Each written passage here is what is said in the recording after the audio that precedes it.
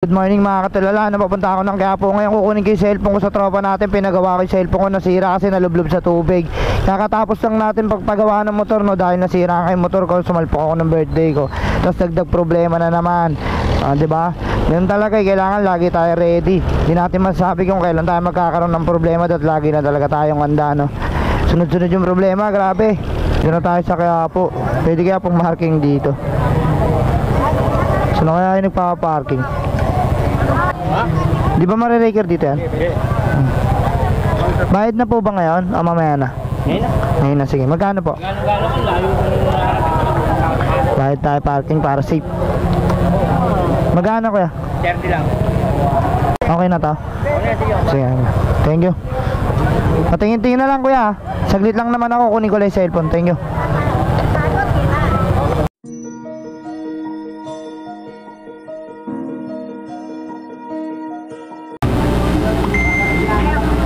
Yung cellphone ko, champion.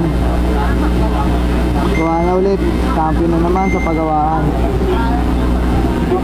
So ayun mga katulala, napagawa na natin yung cellphone, makakapag-upload na ulit tayo.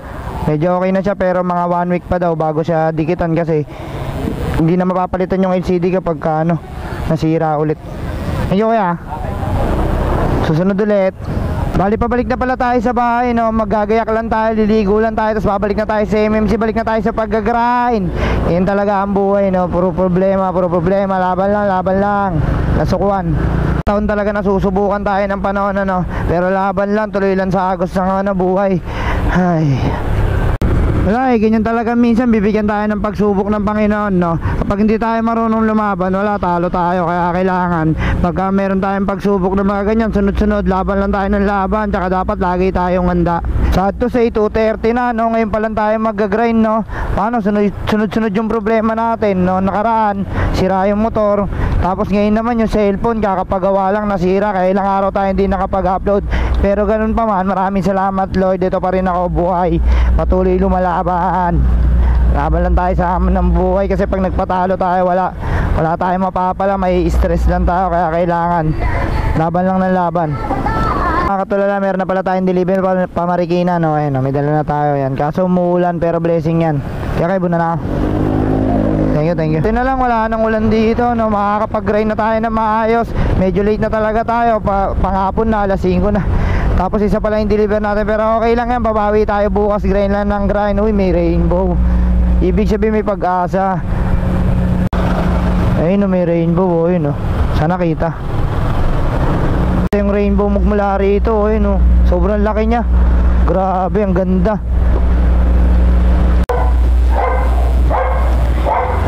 Dito na lang po. Andiyan na po yung sticker. Teka lang po. Ay, sorry. Dumalas eh. Inaantay ko lang si ma'am kasi kukuha siya ng pambayad. Dito na yung item. Tapos tignan nyo to. Tignan nyo. Diba nakayapak yung isa kong paa. Isa naka-crocs nandun. No? May natapakan kasi ako dun, pero sobrang kapal eh. Iniwan ko na yung crocs ko dun. Grabe. Yung rainbow talaga, sign talaga yun na ano. Papaldo ako ngayon. Natapak agad ako. Ayos. Ito yung sticker, second row, tas first row. Okay na ma'am, thank you po. Bye bye. Right, okay na. Medyo lumalakas na naman yung ulan, kaya babalik na tayo ng Manila mga katulala, no? Hindi na tayo muna kukuha ng book. Medyo alanganin na rin, tsaka nung oras na mag-alas 6 na ng hapon. Grabe, 5 PM na, sobrang traffic na talaga. Kaya malapit na tayo sa shop, no? Inabutan na tayo ng dilim. Sana may deliver pa kahit isa lang. Pero kung wala naman, okay lang eh. Pwede naman tayo bumawi bukas. Sagaan natin kumain, di ba? Tapos sumagad tayo, di ba? Ayos, bawi bukas kapag wala talaga ngayon. Nandito na tayo sa shop, ano. Pagka wala, thank you kasi safe pa rin tayo nakabalik dito. Pag meron, thank you rin syempre dahil kukota ulit tayo.